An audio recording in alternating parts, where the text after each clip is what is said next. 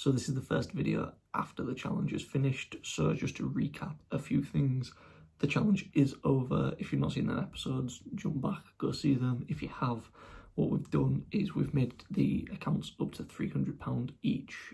We can sell the national grid at any point if we want to.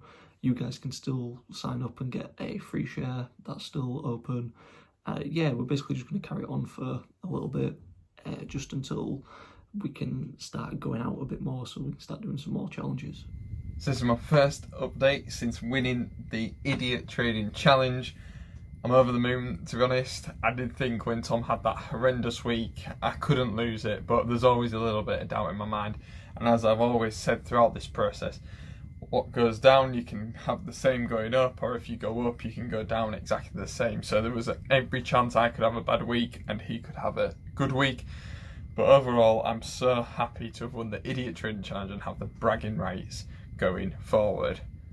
Somewhat foolishly, I have agreed to continue the challenge and potentially lose my title as the champion of the Idiot Trading Challenge. But we'll see where it goes. We've upped our stakes and we've now got £300 in the account. This doesn't change how I'm going to approach things. I'm going to wait for the right time to invest in things, maybe build up a bigger watch list because I've got a few more funds. I might want the opportunity to invest in a few more different stocks. And there has been a little bit of movement already. We're partway through week one and I have bought some stocks in PayPal. The American stocks are doing fantastically well, so I thought I'd try and buy a dip on that. It's fallen a little bit more, but it's beginning to recover. So we're still down on that, but hopefully we'll see that go back up into the green. And we've sold Diageo. The stock that Tom had to choose between that and Twitter has hit a price alert that I'd set previously, that I would be happy at scalping a profit at, and we've done that. We've sold it, so that's left the portfolio. So everything at the moment in the portfolio is currently in red, but I'm not too concerned. I think it's got, if my plan comes to fruition, they will all turn green, as Twitter did, even though I had to sell it. But yeah, as regards to a winner this week, it'll be reset to 0. It's who's had the biggest change from 300. So it's a lot more competitive again, and it's an equal level playing field to start with. So yeah, I'll be interested to see what Tom's approach is. Does he continue with his gung-ho buying massive dips in large volumes, or will he play it more safe going forward? I look forward to seeing that. So Matt unfortunately won the challenge, which was annoying, but this is kind of what we're looking at. So I'm up a little bit. I've stuck with Google. That's at £44.33. That's up 7.5%. Boohoo was one that I've got into. It's been a bit up and down, but I've kind of got it set to sell at 285. It's currently at 212. Marston's, that's probably one of the ones that really affected me last week. I'm still in with that, just waiting basically for it to go above what it was, and I'll get rid of it when it's there. Medju, this was one I bought earlier on in the challenge as well, but I bought this the other day when there was a big drop on Tuesday, and it went down to, well, it went below 300, so I picked some up and I've got it to sell at 320. So I should hopefully make about £4 or £5 on that one, just a nice little bit to keep ticking over.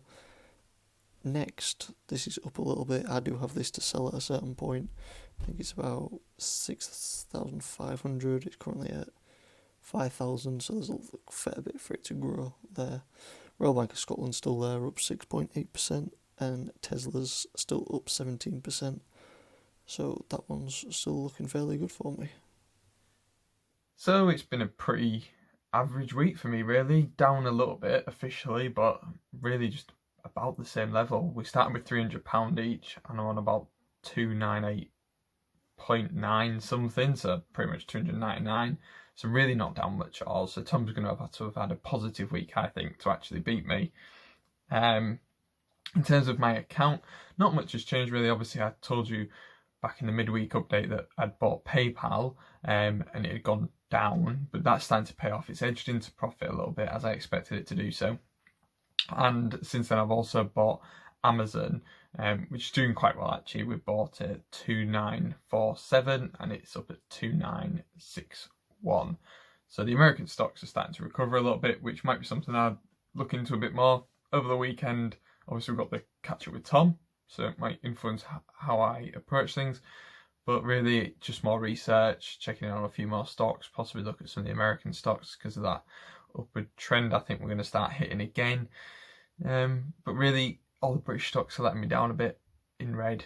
But I'm confident, as we saw with even Twitter, which was my worst performing stock over the whole of this challenge.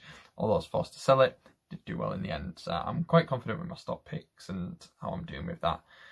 But yeah, not really a fascinating week this week. Sorry about that, but a couple of boring episodes maybe for you guys. But yeah, it's interesting. Obviously, the new amount of money I've found myself buying a bit more with that extra cash. Obviously, still not spending the full amount like Tom does, but definitely spending a bit more. So yeah, let's wait and see how Tom's done this week. Maybe just see this one as steadying the ship a little bit, and then press on next week. Fingers crossed.